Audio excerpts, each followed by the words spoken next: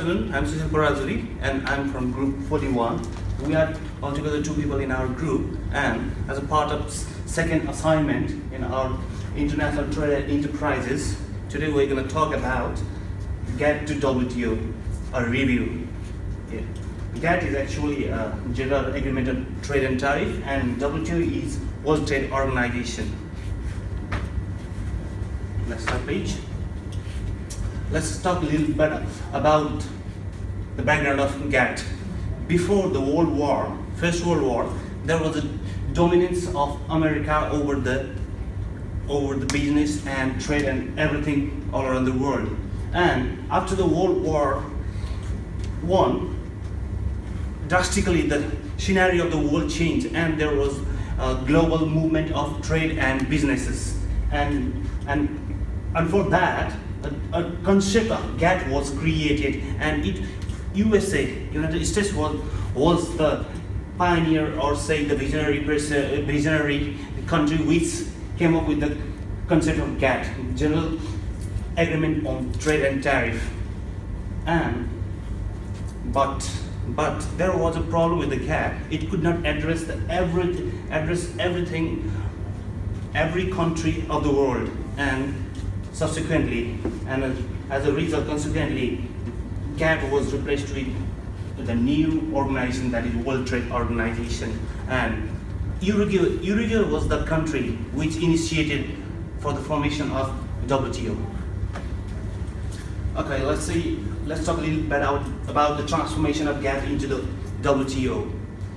Actually, the failure of GATT was the formation of WTO, and since the GATT could not address every perspective of trade and business around the world between different countries, the World Trade Organization came to existence. And it means after GATT successfully for more than 47 or 50 years, there has been all existence of WTO, and it has been really very successful, because there are almost like 147 countries and currently the member of WTO. In the same way, like because GATT interested only on industrial due to which lost confidence. It wasn't just end of say the new era of industrial revolution, and that because of that GATT only focused on industrial development, but it could not address the essence of trade, and that's why it could come to the failure. In the same way, GATT unable to resolve consequences related in global economy, as well as it failed to sustain industrial nation interest. And if you had to look only on industrial development, it could not, the basic say prerequisite for international trade had not been addressed in this industrial development only, and that's what GATT could not address, and it got failed. Okay, let's talk a little bit differentiation between GATT and WTO. The GATT was a series of rules, a multilateral agreement without an institutional foundation and with just an ad hoc secretariat originating from the attempt to establish in 1940s.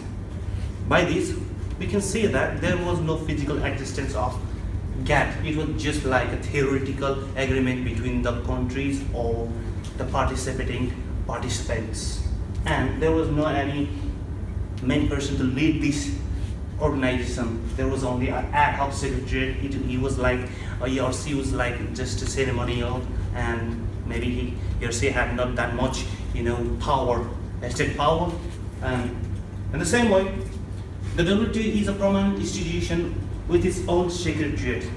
By this we can see that there is some responsible person to lead the organization, and that is the best part. And the same way, GATT was created in 1948, whereas WTO was created in 1995. During that period, at least somehow, GATT was just leading the country for the interaction or the global movement of the production, say, our global trade. In 1995, when WTO was established, it addressed every dimension of globalization, global trade, and interdependence and interaction of the different countries in business.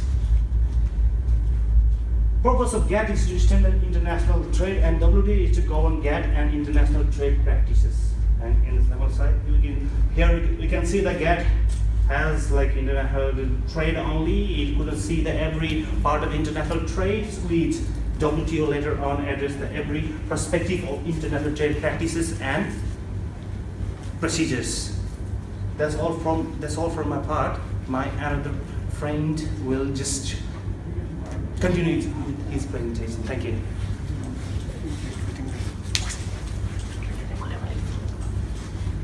Thank you, my friend Sushil, Parajuli, and rest of the things I am going to explain. First of all, the effect of World Trade Organization on the global economy, how it really affects on the global economy. This helps to like promote peace between the nations and different policies. Because of that one, they can make a rule not by power, and they can transfer their goods and everything from one country to another country to maintain the economic globalization worldwide. It is the best one that after the GATT evolution, this World Trade Organization has replaced that one to make the economic growth and maintain that stability in the globalization. So next. Next, I am going to explain about the resolution of commercial dispute. Because of the failure to implement the World Trade Organization, it's like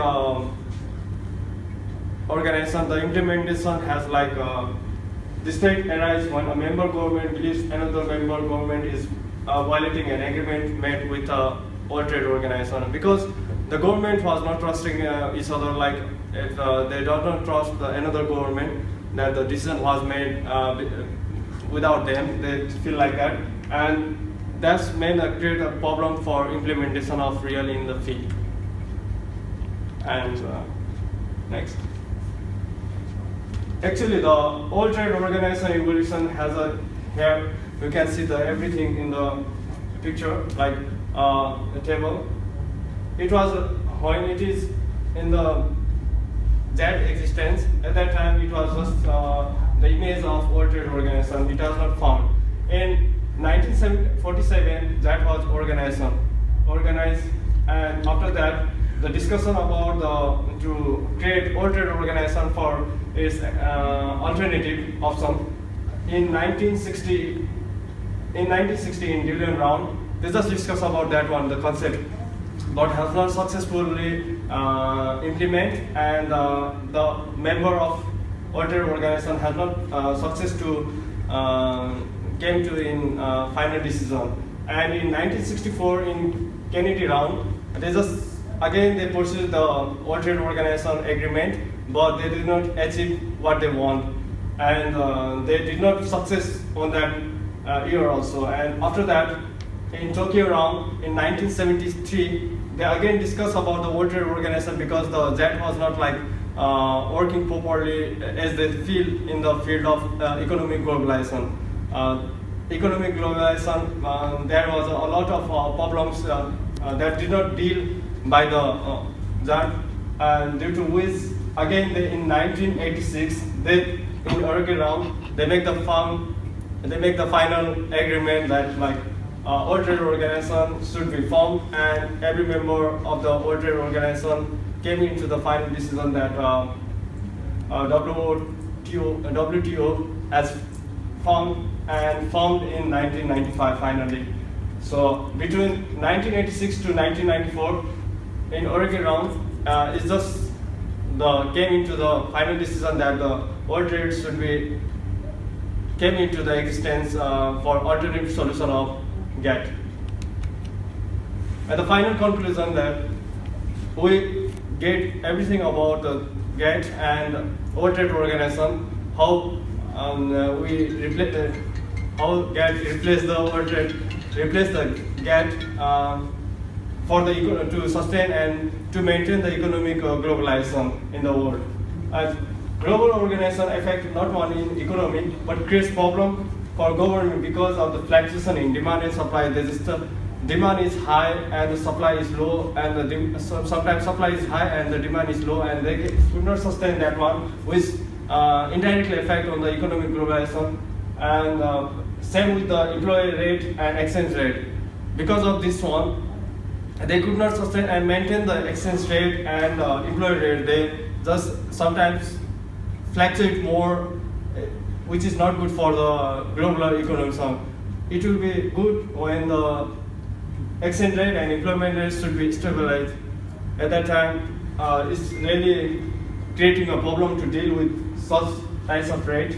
And also, the change at the time of World Trade Organization implement can lead effect on the global trade and the fiscal policies. Because of not stable in the policies also, the member are not came into the final decision, and due to which there is really effect on to implement the World Trade Organization smoothly and successfully.